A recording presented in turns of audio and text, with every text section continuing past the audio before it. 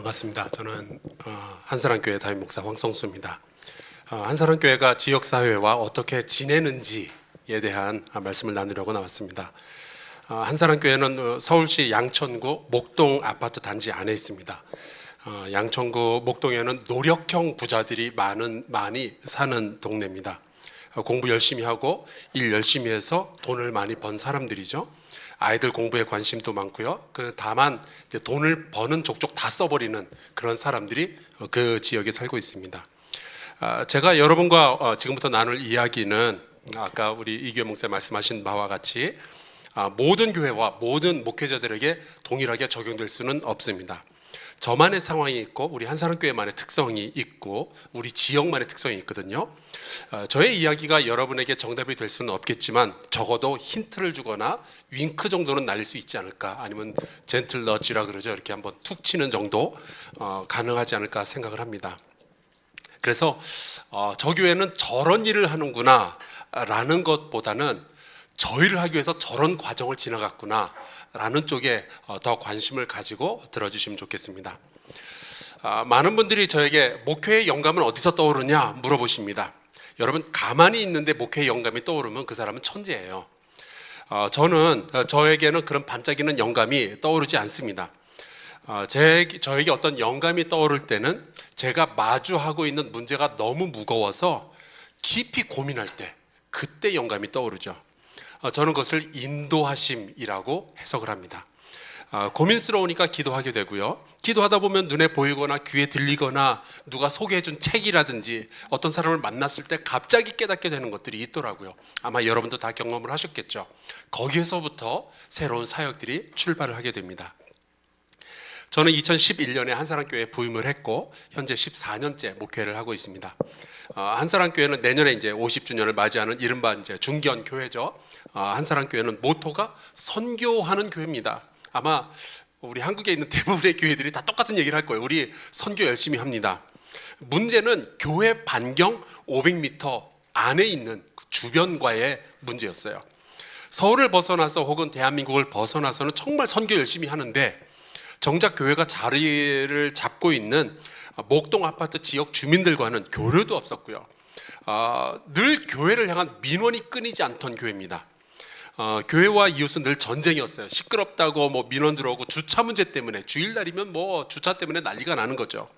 때로는 경찰이 출동한 적도 여러 번 있었어요.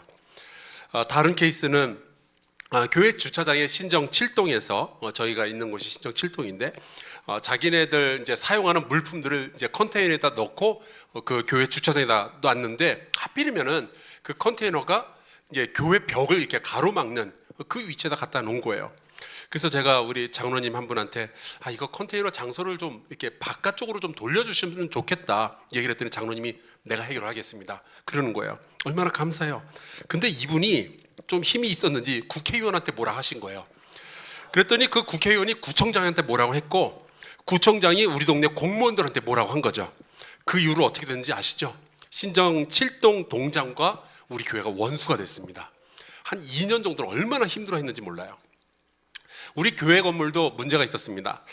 그 당시 이제 교회 이제 건축할 때 건축법상 1층은 주차장으로 써야 되는 거고요. 예배당은 그래서 어떻게 하면은 그 면적을 더 많이 쓸까 하다가 이제 지하로 내려갔고요. 나머지 2층에서 6층까지는 이제 교육관이나 기타 이제 사무실로 사용을 했습니다.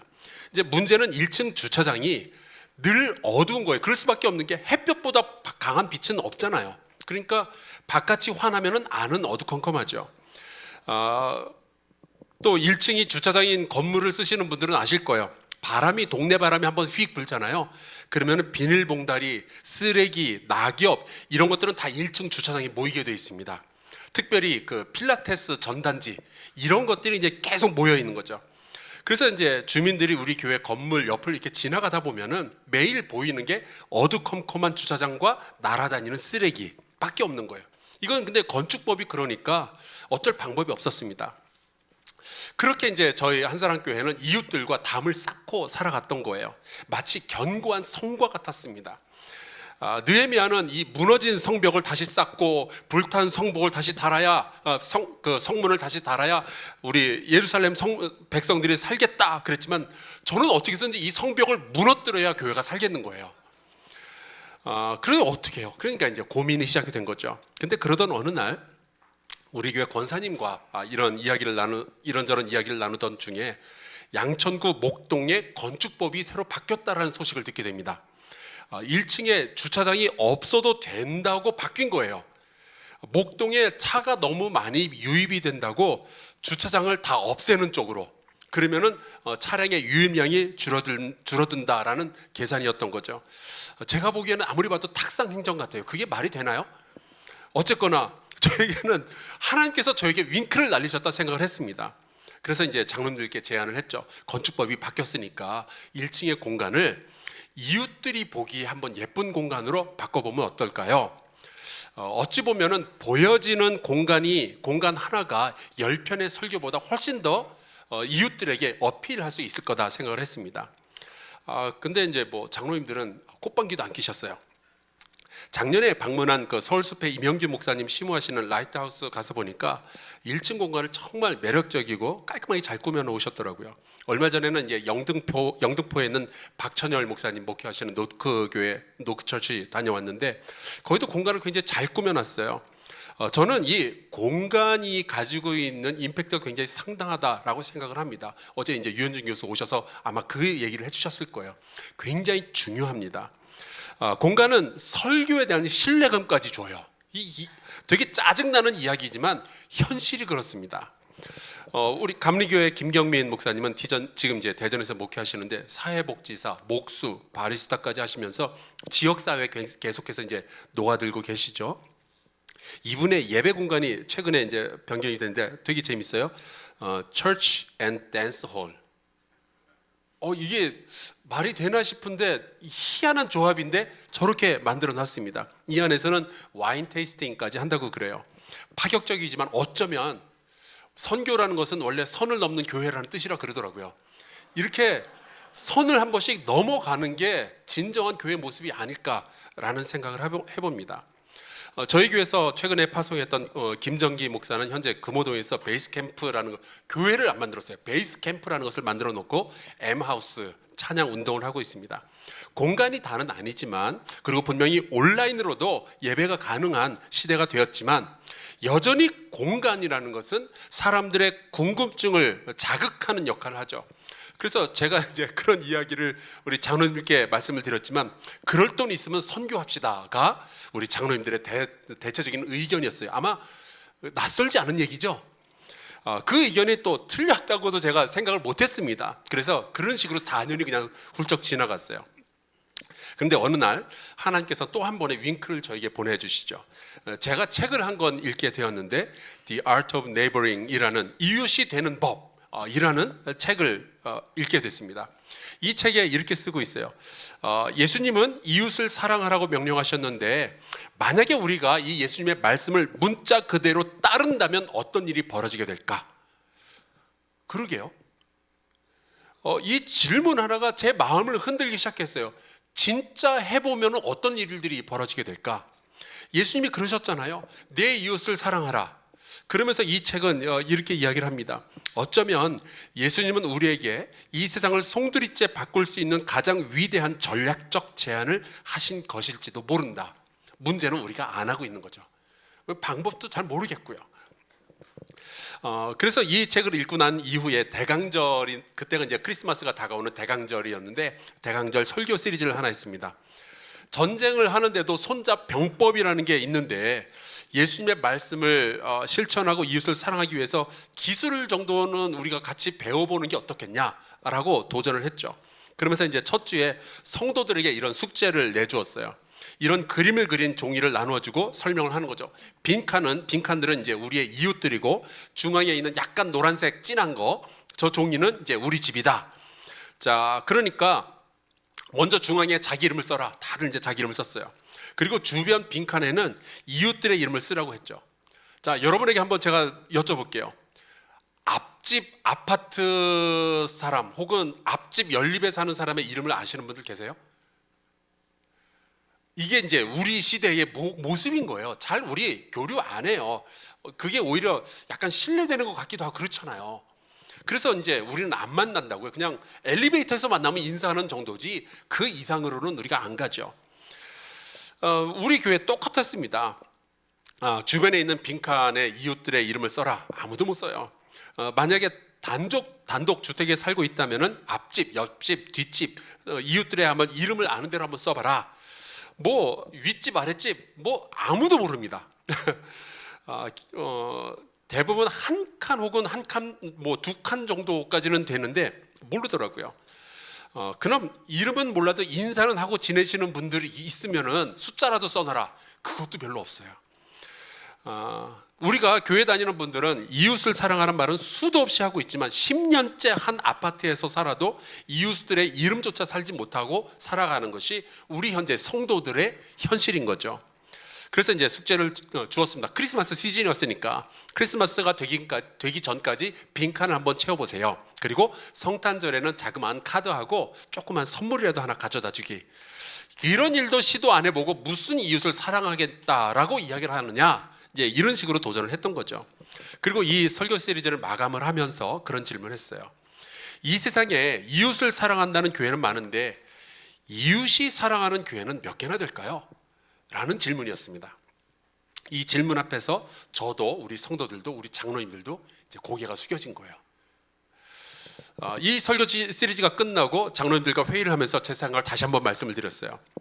1층을 소유가 아니라 공유의 공간으로 만들 수 있겠느냐? 교회 건물이 언제까지 우리 소유해야 되느냐? 2층, 3층, 4층 방마다 우리 부서실 달라고 다들 싸우는 마당에 공유라는 개념이 쓸 수가 있겠느냐? 근데 갑자기 회의가 이제 일사천리로 이제 진행이 되기 시작했던 거예요. 그래서 이제 제가 생각을 하는 겁니다. 아무리 답을 얘기해줘도 어쩌면은 답보다 강력한 게 질문 하나였구나. 이웃이 사랑하는 교회가 몇 개나 될 거라는 이 질문 하나에 사람들의 마음이 싹 달라졌더라고요. 놀라운 일이었죠. 그래서 우선 이제 카페를 만들기로 합니다. 그 당시에 이제 어느 정도 규모가 되는 교회들은 카페를 만드는 게 사실 좀 유행 같은 게 있었어요. 저희도 이제 거기에 편성을 한 거죠. 근데 이제 저희가 생각을 그렇게 했습니다. 장애인들이나 혹은 유모차를 끌고 다니는 젊은 부모가 와서 몇 시간이고 수다를 떨어도 눈치 보지 않아도 되는 카페를 만들어 보자가 됐습니다. 또 한국에 와서 제가 이제 미국에서 오래 살았었는데 한국에 와서 이제 카페 같은 데 가서 보면 늘 제일 아쉬운 게 화장실이었어요. 혹시 여러분도 그런 경험 없습니까? 화장실이 어디예요? 그러면 키를 이렇게 건네주면서 뭐 1층하고 2층 사이에 있다. 그래서 가서 이게 열고 들어가 보면은 냄새도 냄새고 너무 지저분하고 막 젖어 있고 막 이런 경험들이 많이 있었거든요. 그래서 좀 화장실을 깔끔하게 갖춘 카페를 만들자 등등 이제 그렇게 했죠. 그래서 이제 이 교회 건물은 우리의 소유가 아니라 지역과 공유하는 개념으로 갑니다라는 이야기를 했고요. 성도들이 대환영을 했습니다. 그러면서 아마 교회라면 그래야 되지 않느냐라는 생각을 가진 지식인들이 많아서 그것을 쉽게 받아들였을 수도 있겠다 생각이 들어요. 또 리모델링을 하면서 1층 로비를 큰 홀로 비워 놓았습니다. 과연 이곳도 이웃과 공유를 할 수 있을까라는 질문은 이제 가지고 있었어요. 그러던 중에 이제 저희 교회 권사님 한 분이 인사동에서 자기 그림 이제 개인전을 여섰습니다. 구희모라는 분이신데 그 아버지가 일제시대에 굉장히 유명한 화가셨다고 하더라고요. 제가 이제 이야기를 나누다가 근데 그분이 이제 그러시는 거예요. 제가 어린 시절에 아빠가 화가였고 그 집에 늘 놀러 오던 친구들이 있었대요. 그분 아빠의 친구들이 방정환, 이상 뭐 이런 분들이 놀러 왔다고 그러더라고요. 그래서 이분에게 물어봤더니 인사동에서 2주 동안 개인전을 하는데 돈이 엄청 들어간다고 그래요. 그런 이야기를 들으면서 그러면 화가들이 우리 교회 1층에다가 개인전을 열면 되겠네. 아까 말씀하셨지만 그래서 그 교회에서 돈 들 일은 없을 거고 그냥 공간만 내어주면 되는 거니까. 그래서 이제 저희 교회 다니시는 조금 젊은 화가분들에게 물어봤죠. 양천구에 화가 협회 같은 거 없냐고. 그랬더니 알아봤는데 놀라운 게 양천구에만 화가들이 500명이 있더라고요. 화가 협회가. 그래서 매월 그 양천구의 화가들에게 1층을 갤러리로 내어주고 전시도 하면서 판매도 가능하게 만들어 놨습니다. 벌써 10년째 매월 한 번씩 이제 개인전을 하는데요. 한 50점 정도의 이제 그림이 걸리게 돼요. 놀라운 거는 매월 그림이 바뀌니까 저희 입장에서도 너무 좋은 거예요. 교회 분위기가 계속 달라지죠. 또 지역의 화가들도 자기 그림이 걸리니까 와서 뭐 파티도 하고 도록도 만들어서 배치해 놓고 누구 손님들 초청해 가지고 막 이렇게 설명도 하고 그러고요. 지금도 이제 내년까지 대기자가 쫙 줄을 서 있습니다. 저희 교회 소속 화가들도 이제 자기 그림을 걸고요. 또 교인들 가운데서 여유가 있는 분들은 또 그림을 사십니다. 그렇게 이제 한사람교회 1층은 지역과 우리 교회가 같이 공유하는 공간이 되었어요. 그런데 이제 지역과 함께하는 이런 사역들을 하면서 지속 가능한가라는 질문을 굉장히 자주 했습니다. 너무 힘들면은 중간에 지쳐 떨어지게 되잖아요. 누군가의 뼈를 갈아 넣어야 이 사역이 지속된다. 그거 굉장히 좀 위험한 것 같아요. 교회 재정을 카페에다 막 쏟아붓는다. 이것도 안 좋을 것 같습니다. 교회 여선교회 집사님 권사님들이 자원봉사로 카페가 운영이 되면 이익금이 많이 남을 것 같았어요. 근데 그렇게 되면은 서비스의 수준이 낮아질 거고, 그러면 손님은 오지 않고 오직 교회 성도들만 오는 카페가 되는 악순환이 될 거다라는 생각을 했습니다. 그래서 좋은 공간을 만들었으니 좋은 커피를 판매하고 그에 적당한 이윤을 내는 게 중요했죠. 그래서 한편 또 카페를 만들 때는 주변의 카페들하고 경쟁하면 안 되겠다라는 생각을 했습니다. 우리가 카페를 만든 게 누군가에게 손해가 되면 안 되잖아요. 그래서 이제 카페를 만들기 전에 이제 주변의 카페들을 돌아다니면서 사장님들을 다 만났어요. 그래서 교회에서 하나 카페 만들려고 그러는데 괜찮겠냐고, 다들 괜찮다 그러시더라고요.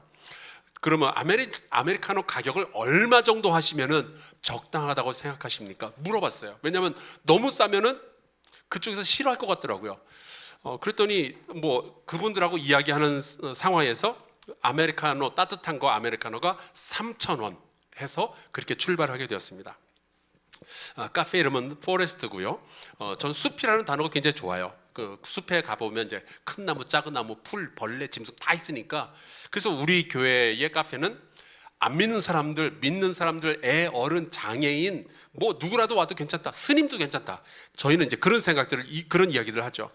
지금도 토요일마다 이제 지역 장애인 모임이 저희 카페에서 열리게 됩니다. 전동 휠체어 부대가 이렇게 모여들어요. 그리고 한 3시간 정도 커피 한 잔 시켜놓고 3시간 정도 모임을 가지시는데 참 보기가 좋습니다.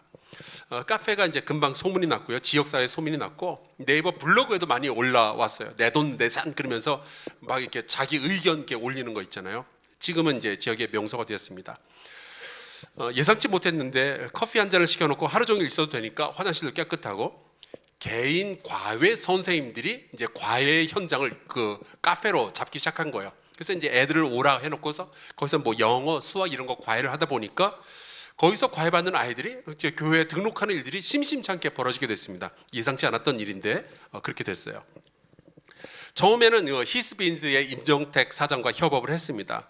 정신적으로 어려움을 겪는 분들에게 일자리를 주자라는 취지가 너무 좋아서 함께 협업을 했어요. 그래서 처음 6개월 정도는 저희도 이제 정신장애인들을 모셔가지고 같이 일을 하게 되었는데 바리스타 하시는 정신장애인 한 분께서 만나는 손님들마다 조용히 커피를 내주시면서 자기가 사실은 국정원 소속이라고 다 얘기를 해놓은 거예요. 그러면서 이제 제가 예상했던 일이 안 일어났고 결국에는 이제 함께 일하던 다른 아르바이트생들하고 막 다툼도 일어나고 그러면서 이거는 지속을 못했습니다. 그래서 지금은 그냥 평범한 젊은이들, 지역의 젊은이들에게 일자리를 주고 그들이 같이 일을 하고 있어요. 대신 이제 저희 교회 성도들도 아니고 몇몇 분은 예수 믿는 사람들도 아닙니다. 근데 이제 저희는 같이 이제 동행을 하고 있어요. 카페에서 생기는 이익은 이제 100% 지역사회로 환원이 됩니다. 장학금 그리고 지역의 프로젝트, 우리 교회 프로젝트 말고요. 지역의 프로젝트에 기부를 하고요. 지역사회를 위한 이제 음악회를 엽니다. 서울시에서 돈 준다 그러길래 작년에는 8천만 원을 받아냈어요. 그래서 받아내고 저희 교회 카페 돈 합치고 해서 지역사회를 위한 큰 음악회를 열 수도 있었고요. 그리고 이제 저희 교회도 음악하는 분들이 많이 있지만 하우스 콘서트라는 단체가 있더라고요. 그래서 박창수라는 이제 음악인이 꽤 오랫동안 해왔어요. 그분하고 이제 같이 협업을 했는데 저희는 이제 처음에는 제 짧은 생각에는 우리 교회에 음악하는 분들 많이 계시니까 이분들이 자원봉사하면은 좋지 않겠느냐. 그랬더니 그 박창수라는 분, 예수 안 믿는 분이었어요. 근데 그분이 저한테 그러더라고요. 음악인들도 먹고 살아야 되지 않나요? 그 한마디에 제가 또 고개 푹 숙이고 알겠습니다. 그래가지고 이제 상생을 선택을 했습니다. 카페에서 돈을 벌고 그것으로 이제 하우스 콘서트를 열고 그리고 공연하는 음악인들에겐 적정한 수준의 비용을 지불을 하고요. 또 관객들도 10,000원씩 내고 이런 식으로 이제 움직여가고 있었습니다. 지금의 이런 사역이 지속 가능한 상생의 모델이 되는 데는 솔직히 NGO가 굉장히 큰 도움이 되었어요. 이제 월드 휴먼 브리지라는 NGO가 만들어져 있는데 서울에서는 이제 저희 한사랑교회, 분당의 뭐 만나교회, 대전의 산성교회, 청주 상당교회, 뭐 경산 중앙교회 여러 이제 교회들이 함께 모여서 만든 NGO입니다.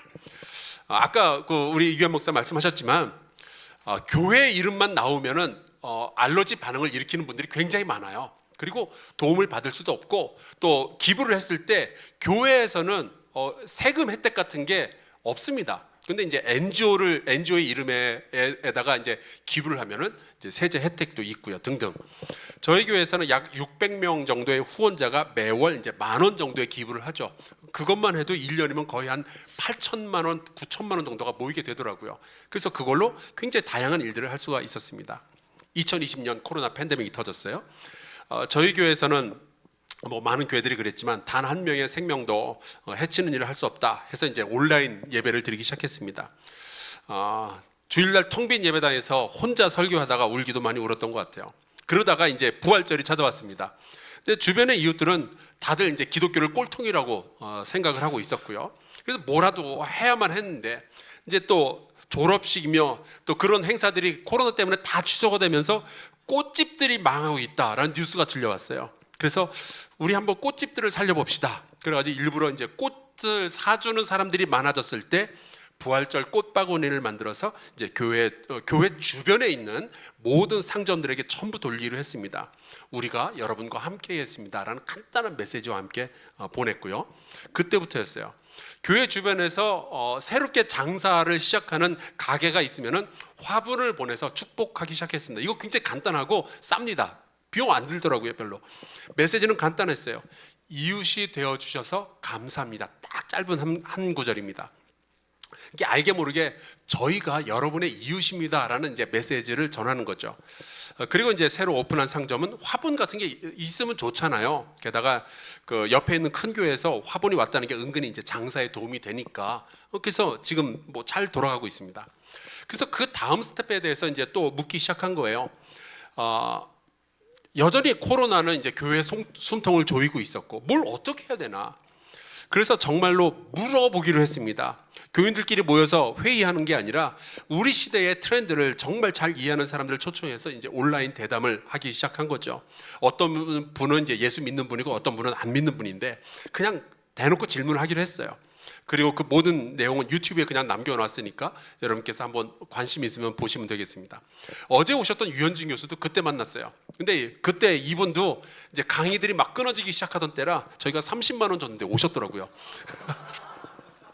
이분들이 뭐 대단한 것을 말하지는 않았지만 저희가 이제 5명을 만났는데 이분들의 공통적인 대답이 이거였어요. 생각보다 너무 쉬웠습니다. 바꿀 것은 바꾸고 지킬 것은 지켜야 됩니다. 가 공통된 대답이었어요. 그런데 그 말을 듣고 보니 혹시 우리 교회가 바꿀 것은 지키고 지킬 것은 바꾸고 있지 않았었나? 라는 이제 반성을 하게 된 거죠. 그러면서 이제 여러 가지 것들을 또 생각을 하게 됐습니다. 또 공간과는 상관없는 그런 사역들도 일어나죠. 아마 해마다 성탄절이 되면은 대부분의 교회가 선물을 준비해서 뭐 고아원, 뭐 경찰서, 양로원 막 이제 나눠주고 그렇게 할 거예요. 정말 좋은 일이고요. 저희 교회도 오랫동안 했습니다. 근데 이 모델에 굉장히 큰 약점이 하나가 있어요.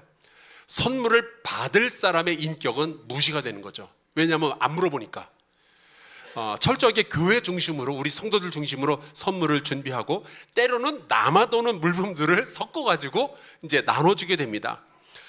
저희 교회 지역에 이제 어르신 복지관이 있는데요. 저희가 쌀을 받은 게 있었어요. 저희도 쌀을 받고 막 그러거든요. 그래서 갖다 드렸는데 그분들이 그러시더라고요. 우리 쌀 많은데요, 목사님. 그때 제가 배웠어요. 이분들이 뭐가 필요한지 물어보지도 않았구나 우리가. 그래서 이제 그때부터 저희가 그런 이야기를 했습니다. 우리 선물에 인격을 담아보면 어떻겠느냐. 그래서 이제 NGO가 있으니까 양천구가 관리하는 이제 가난한 가족들의 연락처를 받고 일일이 이분들에게 연락을 드려서 10만 원 이하의 선물을 받는다면 뭐가 필요하세요? 라고 우리가 질문하기 시작했어요. 가능하면 그 선물이 왜 필요한지도 여쭤보고 관련 영상이 하나가 있는데 잠깐만 보도록 하겠습니다.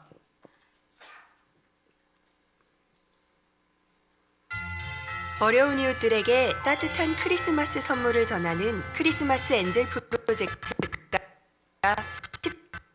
10주년을 예, 됐습니다. 하여튼 이랬습니다. 그래서 다 물어본 다음에 사연을 저 크리스마스 나무에다가 카드에다가 적어서 150개를 매달아 놓는 거예요. 그러면 이제 예배 마친 다음에 성도들이 집에 가면서 하나를 무작위로 뜯어갑니다. 집에 가서 열어보면은 어느 가정의 사연이 써져 있죠. 그러면 그 가정이 필요로 하는 선물을 온 가족이 둘러앉아서 너는 이거 사, 이건 내가 살게 해가지고 패키지를 만들어서 교회로 가져옵니다. 그리고 교회 가정과 그 선물을 받을 분은 차단을 시켜놔요. 왜냐하면 이게 또 잘못 연결이 되면은 건강하지 않은 비극으로 치달을 수가 있거든요. 그래서 그 중간에 철저하게 교회가 담장을 쌓고 굉장히 안전하게 이 일을 진행을 하게 됩니다. 또 다른 사역으로는 집수리 봉사팀이 있습니다. 제가 미국에서 재미있게 보던 그 TV 프로가 Extreme Makeover Home Edition이 있었어요. 이게 이제 여러 가지 버전이 있는데 성형수술 에디션 되게 재밌습니다. 사람을 불러다 놓고 2달 만에 사람을 싹 바꿔가지고 이렇게 내놓고 그러면 이제 남편이 놀라고 막 이런 일들이 있었는데 집을 그걸 했던 거예요. 근데 우리나라도 이거 비슷한 프로그램이 있습니다. 다다다다다 다라다라 신동엽의 러브하우스. 그러니까 제가 깨달은 것 중에 하나가 사람의 인생을 가장 빠르고 극적으로 바꿀 수 있는 것은요, 거주 환경을 바꿔주는 거예요.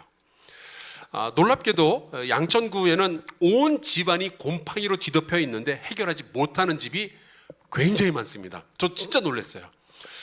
목동에 이런 집들이 있나 싶은데 많이 있습니다. 특별히 이제 저희 지금 신월동이 있는데 거기가 그게 참 많아요. 그래서 저희 한사랑교회가 이 문제에 이제 태클을 걸기로 하죠. 구청에서도 이제 인력 부족으로 해결이 안 되는 문제인 거예요. 이쪽은 감사하게도 이제 저희 교회는 건축, 뭐 리모델링 이런데 그 전공을 가지고 있거나 관심을 가진 분들이 굉장히 많이 있었어요. 또 도배하는 분도 계시고 전기 공사하는 분들도 계시고 또 파이프 같은 거 이렇게 하시는 분들 계시고 또 뭔가 부수고 나면 기분이 좋아지는 청장년들이 있어요. 그래서 이분들로 이제 팀을 구성을 하고 구청의 지원도 받고 월드 휴먼 브리지의 후원도 받아서 집수리 프로젝트가 시작이 됐습니다. 중고 탑차를 250만 원에 하나 구입을 했어요. 그 안에 모든 공구와 특별히 도배할 때 쓰는 풀 바르는 기계가 있는데 그거 이제 2대나 넣어 놓았습니다. 그리고 달려가는 거예요. 사실 이제 그렇게 안 하면 공구들을 이제 교회 창고에다 넣었다가 뺐다 이래야 되는데 너무 귀찮잖아요. 근데 트럭에다 넣어 놓으니까 그게 그냥 창고가 되고 그게 그냥 달려가면 되더라고요. 너무 좋았어요. 작년 겨울에 100번째 집 공사를 마쳤습니다. 그리고 우리가 셀레브레이션을 했어요. 어느 집 공사를 할지는 양천구의 복지과에서 정해줍니다. 이분들이 이제 저희에게 또 장판 그리고 벽지를 전달해 주고요. 저희는 이제 전등하고 싱크대 이런 것들만 구매를 해서 저희가 직접 시공을 합니다. 남녀 합쳐서 한 40여 명의 팀이 한 달에 2번 정도 이제 원정을 가게 되는데요. 어려운 집의 사정을 듣고 그들에게 딱 필요한 일들을 해주고 돌아오는 거죠. 이것도 역시 인격이 포함되어져 있기 때문에 이 일에 참여하는 분들이 되게 보람이 있어 하는 것 같아요. 또 하나 이제 화소락 사역이 있습니다. 아마 대부분의 교회들이 다 비슷한 사역들을 하고 있을 거예요. 근데 저희는 여기까지 이르게 된 이 결론에 이르게 된 과정을 설명을 드리는 거니까요. 그렇게 들어주시면 좋겠습니다. 코로나가 터지고 한 2년 정도 지났을 때 외로운 노인들에 대한 이야기들을 아마 다 들으셨을 거예요. 저희도 들었어요. 양천구에는 근데 방문복지사라는 이제 제도가 있었습니다. 근데 이분들이 코로나 시절에 이제 한 가정 한 가정 방문해서 보니까 이 노인들이 너무 외로워가지고 밥도 안 먹고 뭐 이러다가 혼자 죽는 분도 생겼던 거예요. 그래서 이제 양천구의 복지과와 수차례 이제 미팅을 가졌습니다. 어떻게 하면 좋겠냐. 그러다가 나온 새로운 섬김의 기회가 바로 이 화소락입니다. 화요일 소망의 도시락이에요. 영상을 하나 잠깐 볼까요?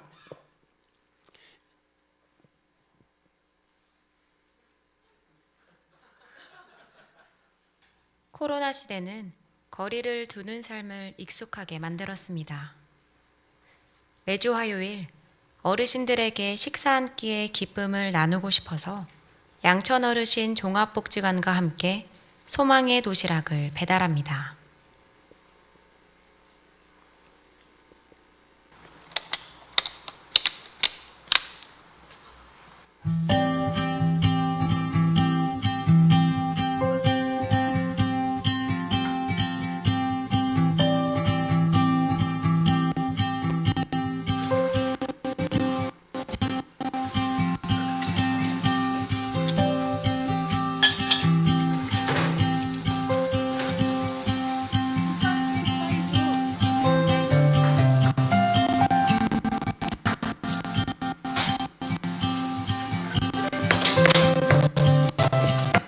예, 됐습니다. 제가 시간을 맞춰야 돼서 제가 저걸 보여드리고 싶었던 이유가 하나 있는데 조금 이따 설명드릴게요. 이게 이제 밥만 주는 게 아니라 방문 복지사가 밥 도시락과 함께 그 할머니 할아버지를 찾아가는 거예요. 이렇게 그리고 이제 그분들하고 앉아서 대화를 나누는 거죠. 보통은 도시락을 배달하는 데까지밖에 못할 확률이 높은데 이야기가 시작이 된 거예요. 그래서 우리 교회 권사님들 한 분씩 같이 가서 이야기 들어드리고 어떤 경우에는 기도를 하고 돌아오기도 하고 뭐 어떤 경우에는 이런 분들도 계시니까 그건 어쩔 수 없고요. 이렇게 영상을 거창하게 만들었던 이유는 이게 양천구 복지과와 신정 7동의 공무원들에게 도움을 줬기 때문입니다. 해마다 이제 양천구에서는 각 동별 그 발표회가 있더라고요. 우리 동에서는 이런 일을 했습니다. 이런 거. 그때 이제 신정 7동에서 그걸 해야 된다는 것을 저희 교회 영상팀이 알았고 영상팀이 이걸 제작을 해서 신정 7동에게 준 거예요. 그해 신정 7동이 5점 만점에 4.97점을 받았습니다. 그리고 대상을 받죠. 그리고 동장님은 그 이듬해 승진해서 딴 데로 갔어요. 그때부터 이제 신정 7동에 오시는 동장님들은 우리 교회랑 뭐 이제 같이 할 것만 있다 그러면은 그렇게 반기는 거죠. 왜냐하면 승진의 기회가 찾아오니까. 해마다 연초면은 이제 구청장이 각 동사무소 주민센터를 돌면서 이제 신년 업무 보고회를 합니다. 그럼 이제 저와 우리 교회 기획 담당 목사님이 함께 참석을 하죠. 그리고 이제 동네에 돌아가는 이야기를 다 들어요. 그리고 때로는 건의도 하고요. 재작년에는 이제 동사무소 건물이 30년이 됐는데 너무 낡아버렸고 엘리베이터가 없으니까 주민들 중에 이제 나이 드신 분들이 이 건물을 쓰기가 어렵게 된 거예요. 그래서 이제 6개월 동안 리모델링을 한다. 그러는데 이제 주민센터에서는 늘 이제 주중에 라인 댄스, 가요 교실, 서예 교실, 요가 교실 이런 것들을 쭉 했었는데 6개월 동안 중단이 된다는 거죠. 근데 저는 그러나 보다 그랬는데 그게 그렇게 간단한 얘기가 아니에요. 왜냐하면은 그것들을 지금까지 하던 강사들의 밥줄이 6개월 동안 끊긴다는 얘기예요. 그리고 다시 할 때는 이게 회원들을 모집하기가 어렵고 그래서 그런 고민이 있다는 것을 나중에 알고 그럼 저희 교회 사실은 바로 옆에 있으니까 그래서 6개월 동안 교회만 오면은 가요가 어디선가 울려 퍼지고 있고 청소년 교회 그 예배실에서는 아줌마들 40명 모여서 라인 댄스 하시고 그렇게 했습니다. 근데 그걸 보면서 교회가 이래야지라는 생각 참 많이 했어요. 좋았습니다. 작년에는 이제 제가 또 건의한 동네 문제 2개를 일시 해결하는 성과가 있었습니다. 그 중에 하나는 이제 공영 주차장인데 운영은 양천구에서 하고 소유는 서울시 땅인 거예요. 그러니까 아무도 손을 안 대는 흙바닥이었습니다. 여러분 양천구 목동 아파트 안에 흙바닥 주차장이 있다는 게 상상이 되세요? 겨울이면은 진흙 더미가 되고요. 그리고 이제 가을이 되면은 막 먼지 흩날리고 난리가 나죠. 그렇게 민원을 많이 올렸는데 서로 우리 소관이 아니라 그러면서 서로 미뤘던 거예요. 그때 이제 제가 여러 사람들 보는 앞에서 구청장에게 손을 들고 건의를 했습니다. 그리고 그 자리에 있었던 우리 신정칠동 주민들이 다 박수를 쳤어요. 목사님 말씀이 맞다고. 먼지 때문에 너무 힘들다고 다들 맞장구를 쳐주시는 거죠. 동장도 응원해 주시고 구의원들도 목사님 말씀이 맞다고. 그래서 그때 그 건의를 하고 한 달 만에 양천구와 서울시가 협의를 하고 아스팔트를 싹 깔아줬습니다. 저게 그때 그 장면이었어요. 그때 제가 우리 신정칠동의 영웅이 됐잖아요. 이렇게 한사랑교회는 조금씩 이웃의 이웃이 되어가는 과정을 밟아가고 있습니다. 이제 마칠까 해요. 2년 전에 좋은 기분이라는 책을 읽었습니다. 박정수라는 아이스크림집 사장이 자기 SNS에 직원을 구한다, 아이스크림 가게 직원을 구한다면서 자기네 가게는 이런 생각으로 일을 할 테니까 동의하는 분이 있다면 지원해 달라라는 글을 올리게 됐죠. 그런데 이 직원 매뉴얼이 너무 좋아가지고 사람들이 폭발적으로 그 구인 광고를 읽기 시작한 거예요. 그리고 그게 아예 책으로 나온 게 바로 조금 전에 보여드렸던 좋은 기분이라는 바로 저 책입니다. 이 책에서는 아이스크림을 파는 사람이 어떤 태도를 가지고 파는지를 이야기를 하고 있어요. 이분 예수 믿는 사람 아니에요. 그런데 자기는 그렇게 생각한다는 거예요. 이 아이스크림 하나로 힘든 하루를 보낸 사람 한 명이라도 위로할 수 있다면, 이 아이스크림 하나로 누군가의 기분을 좋게 해줄 수 있다면 그게 선한 일이 아닐까요? 다시 말씀드리면 예수 믿는 사람 아니었어요. 그러면서 이 사람이 그런 얘기를 해요. 우리 시대의 위기는 무슨 회사의 과장, 무슨 사장 이런 얘기하지만 아이스크림을 팔더라도 태도를 좋게 가지면은 그러면 여러 사람에게 선한 영향을 끼칠 수 있지 않겠느냐 하는 거죠. 그리고 이분이 그런 이야기를 해요. 우리 시대의 위기는 태도의 위기라고. 저는 되게 뜨끔했어요. 어쩌면은 우리 시대의 이 목사들의 위기는, 우리 교회의 위기는 태도의 위기일지도 모르겠다라는 생각을 했습니다. 목회가 어렵죠. 근데 여러분, 목회만 어려운 게 아니에요. 우리 성도들 보면 다 어려운 삶을 하루하루 살아가고 있어요. 아이들도 마찬가지고요. 사업하시는 분들, 잠 못 이루는 분들 얼마나 많이 있는지 몰라요. 학교 선생님들은 학부모들의 거친 도전에 우울증을 앓고요. 대학들은 존폐의 위기 앞에 놓여져 있죠. 중요한 것은 이러한 위기 앞에서 우리는 어떤 태도로 목회를 하고 있는가 하는 거예요. 바라기는 우리 목사들이 아이스크림집 사장보다는 더 거룩한 모습으로 일을 할 수 있으면 어떨까 생각을 해봅니다. 물론 저희 교회와 여러분의 목회 현장은 굉장히 다를 거예요. 하지만 기도하며 고민하면 분명히 하나님의 인도하심이 어디선가 보이게 될 것이고요. 사람들과 계속 만나다 보면은, 이야기를 나누다 보면은 협업의 기회가 생길 것이고, 그 동네를 섬기려다가 보면은 사랑받는 교회가 될 거라고 생각을 합니다. 긴 이야기 들으셔서 정말 고맙습니다.